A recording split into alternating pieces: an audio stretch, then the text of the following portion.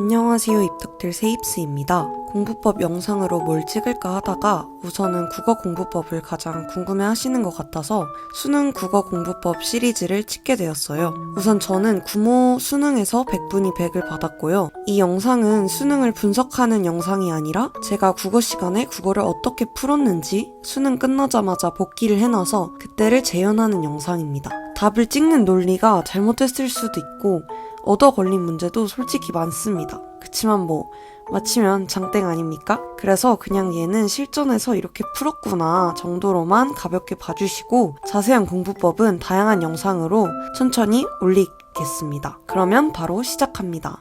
수능 국어는 아무래도 가장 첫 시간에 보는 과목이기도 하고 그날 시험의 기세를 좌우하는 과목이죠. 그래서 수능 시간 전까지의 루틴도 꽤나 중요한데 저는 우선 수능날 아침 5시 반에 일어나서 모닝똥을 싸고 마지막으로 남겨둔 한수 온 9차 시험지를 까서 엄매랑 독서론, 독서 첫 지문을 풀었습니다.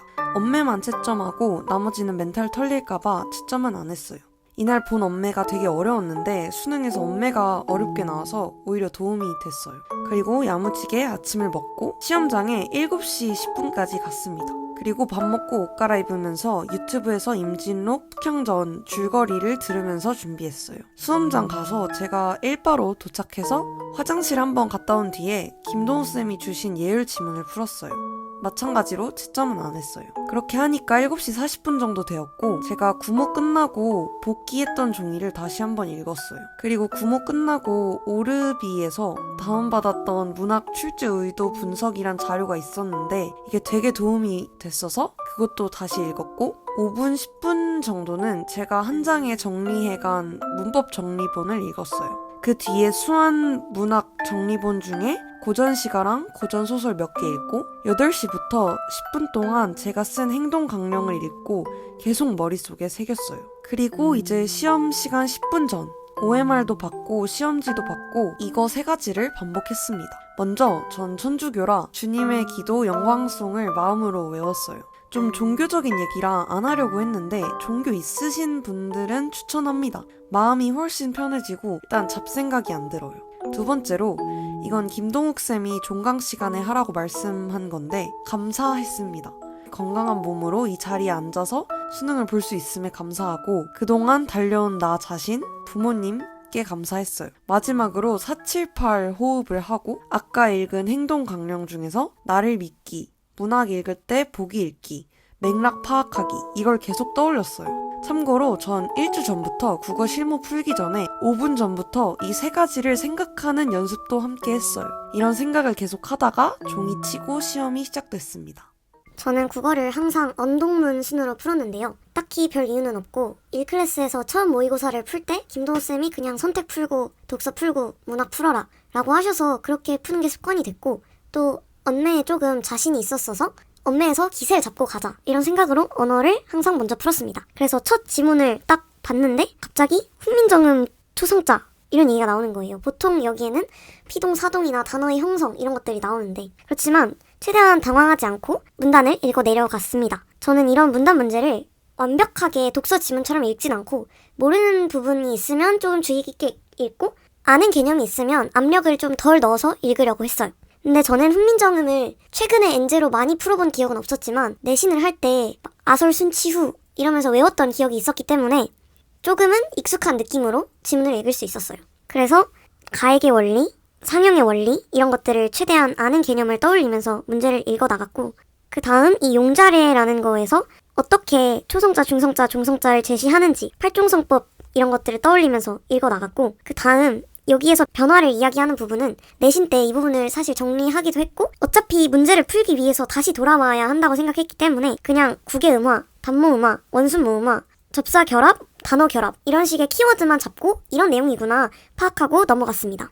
그 다음 35번 문제를 풀기 시작했는데 일단 1번의 경우 중성자는 발음기관을 본떠 만든 것이 아니니까 아니라는 걸 알 수 있었고 이 용자례에서 종성자를 자세히 봤으면 팔종성법이 쓰인다는 걸 알 수 있어서 2번도 째꼈고 사실 3번은 따져야 할 것이 많기도 했어서 일단 넘겼어요. 왜냐면 적절한 것을 찾는 것이니까.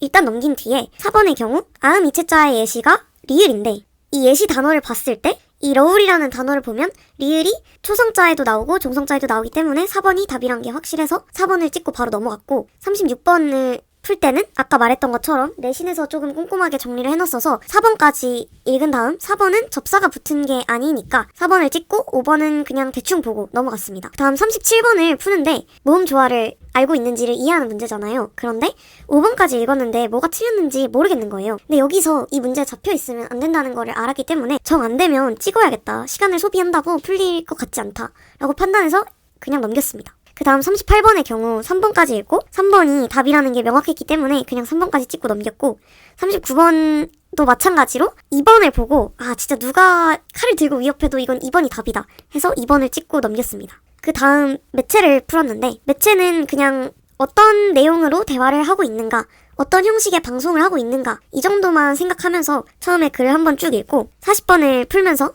1, 2, 3번을 찾아본 다음에 잘 안 나오는 것 같아서 4번을 보고 여기서 40번의 근거가 나왔기 때문에 4번을 찍고 마찬가지로 넘어갔습니다. 보통 적절한 것을 고르는 문제는 무조건 다 손가락 걸기를 할 수 있으면 했어요.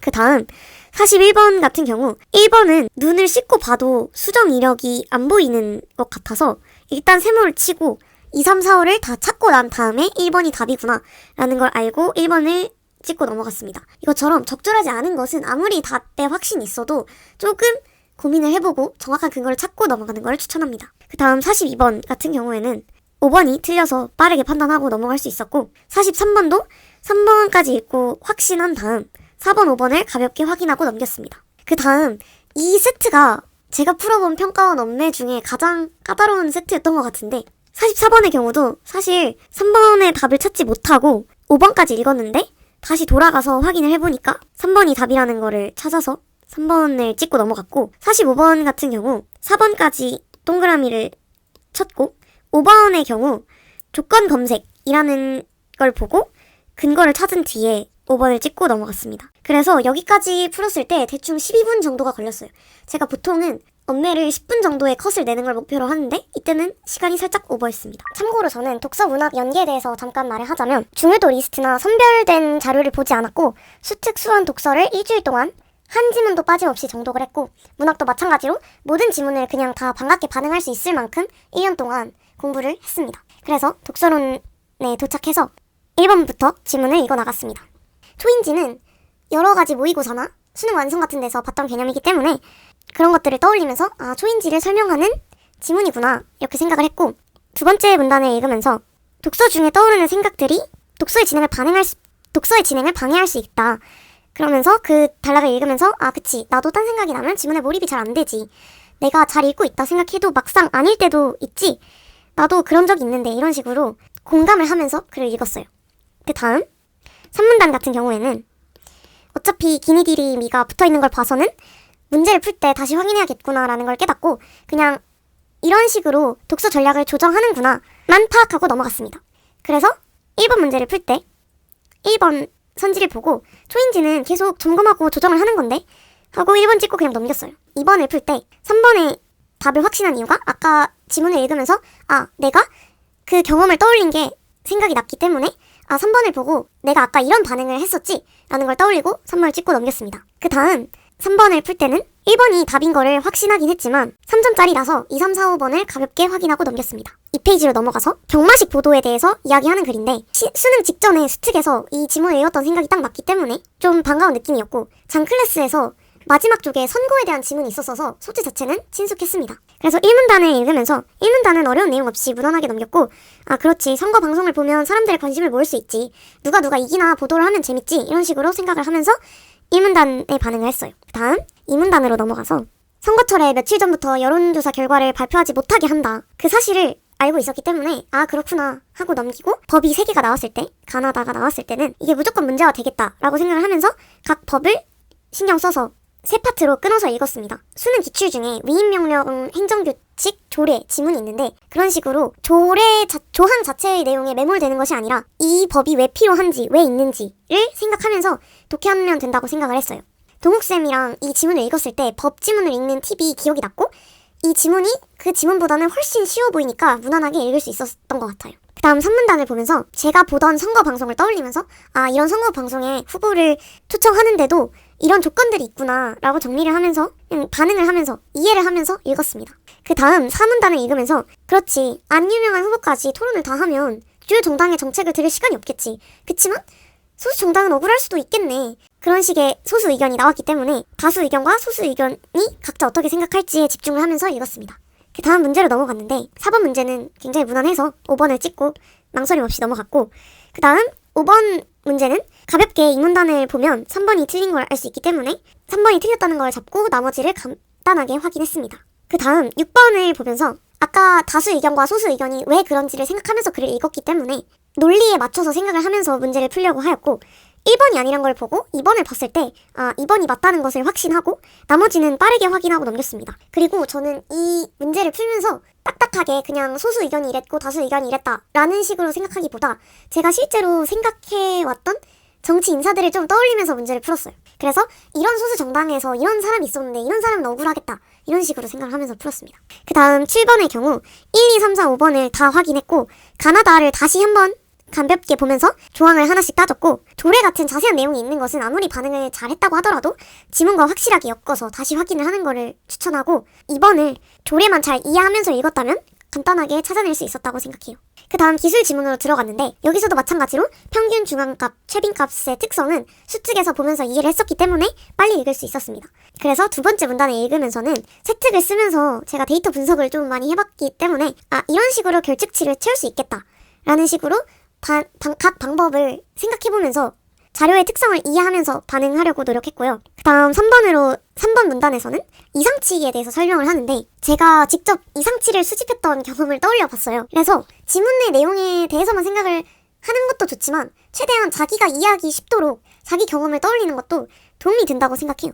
그래서 내가 1학기 때 쓴 보고서에서 진짜로 이상치가 있어서 데이터를 정확한 절차로 수집했지만 결과가 왜곡됐었지 이런 경험을 떠올리면서 이 문단을 이해했어요. 네 번째 문단의 경우 이상치가 무엇인지를 간단하게 설명하는 문단이었고, 다섯 번째 문단은 비슷한 내용이 이감 모의고사에 있었어요. 그래서 과정을 최대한 머릿속에서 그때 봤던 지문이랑 비슷하게 그래프를 떠올리면서 문제를 풀었고, 작년 수능의 최소제곱법 문제랑 논리가 비슷해서 쉽게 이해하고 넘어갔습니다. 그래서 이 지문 같은 경우 지문 자체는 그렇게 어렵지는 않았다고 생각해요. 그래서 8번 문제를 봤을 때 아까 내가 정상적으로 데이터를 수집했는데 이상치가 있었지 이런 생각을 했기 때문에 3번을 찍고 바로 손가락 걸고 넘어갔고, 9번의 경우 중앙값의 특성을 잘 반응해서 읽으면 1번을 읽고 찍고 넘어갈 수 있는데 저는 수특에서 중앙값의 특성을 잘 정리해둔 게 큰 도움이 되었다고 생각해요. 그 다음 10번 문제는 정말 시간을 제일 많이 쓴 문제 중 하나인 것 같은데, 우선 A 기법을 명확하게 이해하면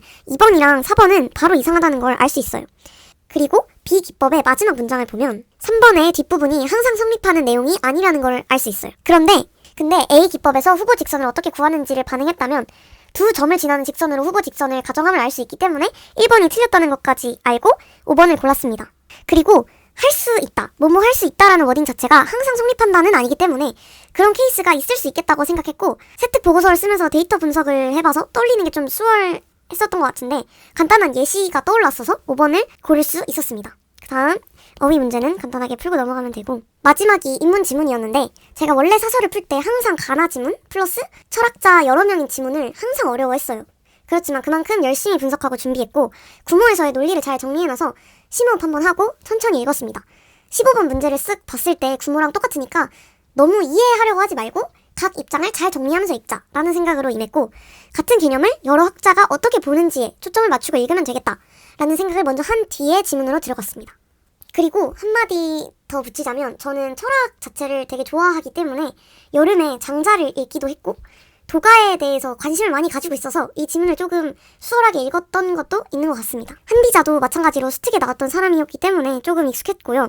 1문단을 읽으면서 한비자도 도가를 이용했구나, 한비자는 굉장히 법치주의적인데 너도 도가를 좋아하는구나, 뭐 이런 식으로 생각하면서 1문단을 읽고, 그 다음 2문단에서 한비자는 도에 대해서 이렇게 생각하는구나, 그리고 존재함과 그 모습은 다르구나, 이런 것들을 파악하면서 읽어나갔고, 3문단을 읽으면서 도는 맨날 변하는 것이지, 그렇지, 이거는 이미 알고 있었던 거고, 통치술도 그렇기 때문에 상황에 맞게 변해야겠구나 이렇게 생각하면서 읽었고, 3문단을 읽으면서 도는 한비자에게 법의 기준이구나 라는 것을 파악했어요. 그 철학자가 어떤 개념을 어떤 식으로 사용하는지 어떻게 바라보는지를 파악하려고 했고, 마지막 부분을 읽으면서 한비자는 욕망을 인정했기 때문에 법치를 필요하다고 생각했겠구나 이런 식으로 생각을 했습니다. 그 다음 가 지문을 읽고 12번에 1번과 2번을 지웠습니다. 사실 가 나를 다 읽고 문제를 풀려는 선생님들도 계신데 저는 이런 문제를 한두 문제 풀면 가 지문의 포인트를 명확히 짚고 이해하고 넘어갈 수 있다고 생각했기 때문에 가 지문을 읽고 풀 수 있는 문제는 풀고 넘어갔습니다. 그래서 13번의 경우 마찬가지로 1번의 경우 세모를 치고 2, 3, 4, 5가 맞는 걸 확인한 뒤에 그렇지 시비를 판단하는 근거가 도였는데 사건의 시비에 따라 도가 달라지면 말이 안 맞지 라고 생각하고 1번을 찍고 나 지문으로 들어갔습니다. 그래서 나 지문은 사실 이해하기가 조금 어려웠는데 원래 철학 지문은 이해하기 어렵기 때문에 그냥 아 이렇구나 이렇게 하면서 내용 정리를 하는 식으로 읽었어요. 그래서 1문단으로 유학자들이 어떻게 도를 읽었냐라는 글이라는 것을 파악한 뒤 2문단으로 들어가서 각각의 철학자가 노자를 어떻게 비판을 했는지 그리고 그렇게 비판해서 어떤 주장을 했는지를 최대한 정리하면서 읽었습니다. 그래서 특별히 이해를 하기보다는 도를 어떻게 자신의 사상에 응용했는지 어떤 주장을 했는지 정리하고 어차피 문제를 풀 때 사상가별로 다시 주장을 보면서 푸는 스타일로 계속 연습했기 때문에 이해가 안 돼도 너무 두려워하지 않고 그냥 읽었어요. 그리고 이 마지막 문단의 경우 노자를 긍정적으로 봤다는 것에 초점을 두고 읽었어요. 여기서만 포인트를 잘 잡으면 14번을 잘 풀 수 있습니다. 그래서 마지막 문단의 경우 노자에 대한 오해를 풀려고 했다가 포인트였기 때문에 2번을 찍고 그냥 확신하고 넘겼습니다. 다음 15번은 이 문제를 풀기 전에 두 학자를 써두고 OX를 미리 표시했어요. 그래서 왕한석과 오징이잖아요. 근데 왕한석은 솔직하게 다 채우지 못했는데 오징은 제가 XOOX였나?를 다 채워가지고 4번을 찍고 넘어갈 수 있었습니다. 그 다음 16번을 보면서 5번이 말이 안 된다는 거를 알았기 때문에 5번을 찍고 넘어갔고요. 7번은 문맥상 의미니까 2번이었고 여기까지 풀었을 때 9시 25분이었어요. 원래 언동문에 10분, 40분, 20분으로 시간을 분배해서 평소보다 5분 빨리 17번 지점을 지난 거죠. 그래서 잘 풀고 있다고 느끼고 문학으로 넘어갔습니다.